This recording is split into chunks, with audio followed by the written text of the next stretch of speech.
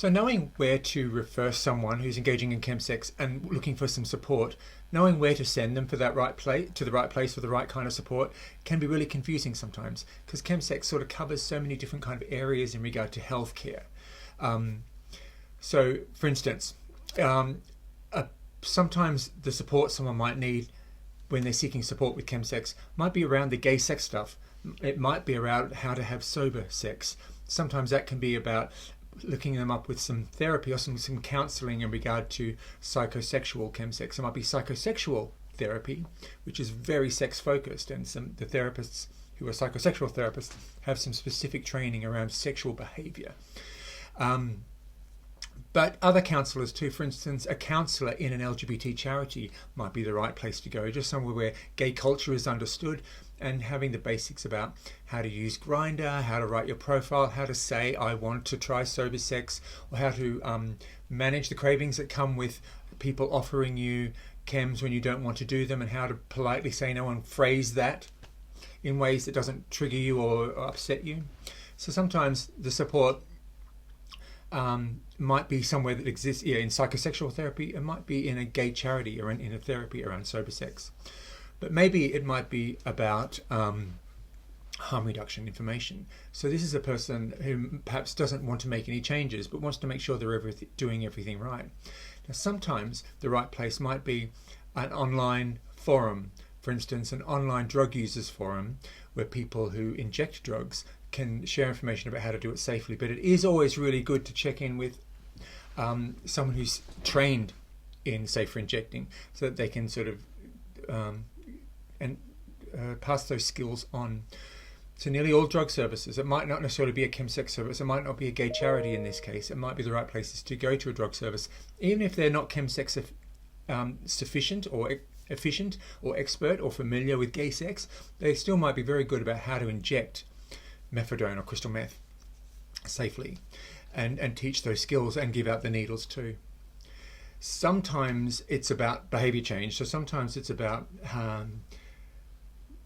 just talking through your sex life with somebody. Now that might be a gay guy in a charity. It might be a health professional in a sexual health clinic where we understand sort of gay sex is better understood. It might not be a drug service. It might be somewhere where you just want to talk about, why am I finding it difficult why do I get so anxious when I'm on the apps? Or how do I get a social life that's robust and satisfying and fulfilling and affirming without using the apps? How do I create a social world that isn't just about hooking up? Sometimes it can be an exploratory of those things, where it might be a gay charity is the right place to get the help.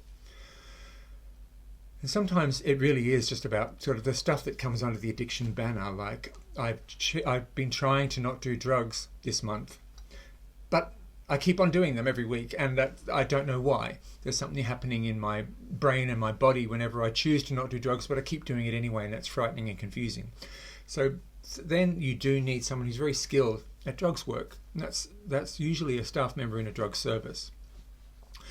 Some of us are lucky whether we have chemsex support services with really good drugs workers in them. Sometimes chemsex support services are peer-led, and that people don't have the skills around motivational interviewing or the therapy skills to help someone who's managing complex biological, neurochemical cravings that can really alter the body and the way we make choices and the way we make decisions and the way we act in moments of heightened emotion. That takes a particular skill. So sometimes that would be, again, going to see a drugs worker in a drug service, someone that's skilled at the sort of the things that come under an addiction banner. Don't be scared by that word, addiction, but just things that come under the addiction banner, which is craving management, relapse prevention, knowing how to identify a goal to work towards and how to not. Drugs workers are always really good at setting boundaries too. So I know a lot of people think you only go to a drug support service when everything goes wrong, but that's actually not what they're built for. They're built to prevent things going wrong and helping people to have boundaries and use safely. That's nearly all drug services are built that way, with that information. It might not look like it on their website, and there might be pressure from their government to sort of move people towards abstinence, but I trust you, most drug services have really good drugs workers in there who will help you achieve your goals. And sometimes it's about how often do I want chems to fit into my life? What percentage of my sex life is on chems, and how much would I prefer it to be? And how do I make the changes to make that happen? So there's chemsex support comes in a whole lot of different packages, and it comes in a whole lot of different colours and flavours. Sometimes it's very cultural.